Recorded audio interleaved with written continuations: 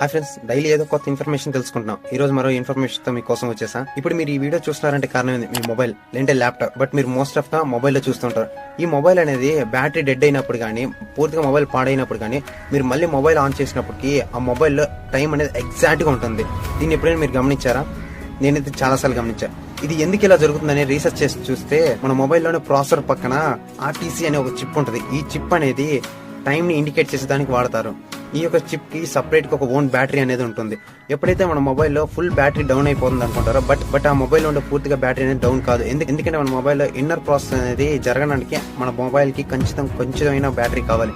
కొంచెం బ్యాటరీ అనేది ఉంచుకొని మొబైల్ అనేది స్విచ్ ఆఫ్ అవుతుంది. ఇప్పుడు ఎప్పుడైతే మన మొబైల్ అనేది బ్యాటరీ డెడ్ అయిపోయి మొబైల్ అనేది ఆగిపోతుందో, ఈ సిచ్యువేషన్ లో ఈ యొక్క ఆర్టీసీ చిప్ కి ఏదైతే బ్యాటరీ కనెక్ట్ అయి ఉంటుందో, ఆ బ్యాటరీలో ఛార్జింగ్ ఉపయోగించుకొని లోకల్ శాటిలైట్స్ ఏవైతే ఉన్నాయో ఆ శాటిలైట్స్ ద్వారా ఇవి సిగ్నల్ తీసుకుంటాయి. ఆ సిగ్నల్ ఎప్పుడైతే మొబైల్ ఆన్ అవుతుందో, ఆ టైంలో మన లోకల్లో ఉన్నటువంటి టవర్ కి